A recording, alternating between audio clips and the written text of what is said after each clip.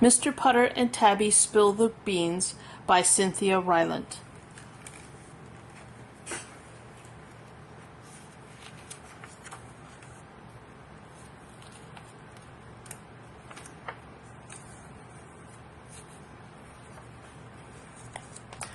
Mr. Putter and his fine cat Tabby lived next door to Mrs. Teaberry and her good dog Zeke.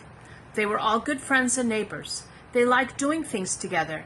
They took long walks. They had tea. And sometimes they tried new things. The new things sometimes worked out and sometimes they didn't. But every new thing was an adventure.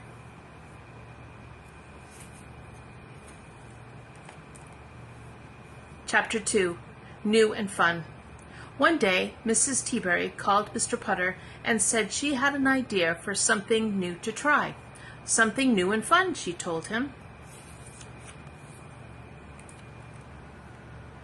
Mr. Putter was trying to fix his faucet. It was drippy. When Tabby tried to sleep in the sink, the water dripped on her head. "I hope the new and fun thing fixes faucets," said Mr. Putter. "Oh, it's more fun than that," said Mrs. Teaberry. "It's a cooking class." "A cooking class?" asked Mr. Putter. A cooking class did not sound like something new and fun to him. "Are you sure about the fun part?" asked Mr. Putter. "Of course," said Mrs. Teaberry. "Trust me." When he hung up the phone, Mr. Putter thought about the many times he had trusted Mrs. Teaberry.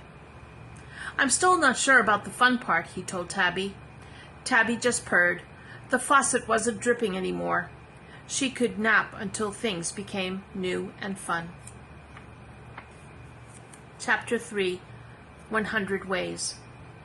Mr. Putter and Tabby drove to the cooking class with Mrs. Teaberry and Zeke. "Are you sure the class is only beans?" asked Mr. Putter. "Yes," said Mrs. Teaberry. "We are going to learn 100 ways to cook them." Mr. Putter looked at Tabby. He did not want to learn 100 ways to cook beans. What he wanted was an ice cream soda. He wanted an ice cream soda with strawberry ice cream and a cherry on top. He did not want beans. He did not want 100 ways to cook them. But he wanted to make Mrs. Teaberry happy, and sometimes their new things worked out. When they had gone to the hair show, he had won a case of shampoo that made a very good doorstop. And when they had gone to the bug festival, he'd seen a whole new side of Tabby. Mr. Putter would make the best of beans. Chapter 4. Beans. The cooking class had many students. Mr. Putter and Mrs. Teaberry were the only ones who brought pets. The teacher and Tabby and Zeke were welcome, but they had to stay under the table.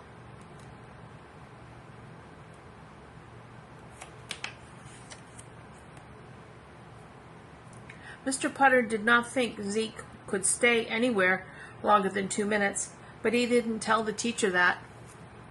He also didn't tell the teacher that he wanted an ice cream soda. He told himself to think about beans. Only beans. Beans. Chapter 5. Granola. When the teacher showed the class the first way to cook beans, Mr. Putter was wide awake. Tabby was purring, Zeke was scratching, and Mrs. Teaberry was taking notes.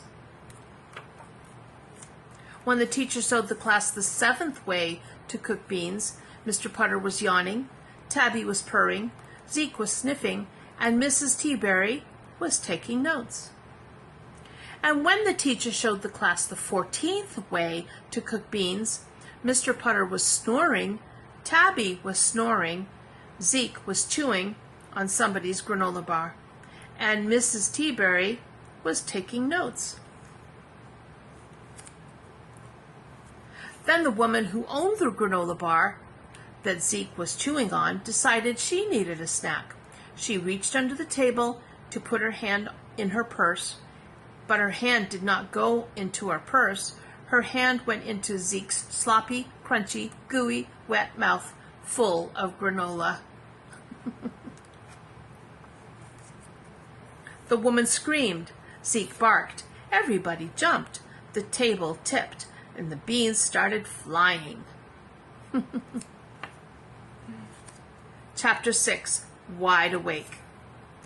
It takes a lot of beans to teach a class about 100 ways to cook them, and it's amazing where beans can land once they start flying. All of a sudden, Mr. Putter and Tabby were wide awake.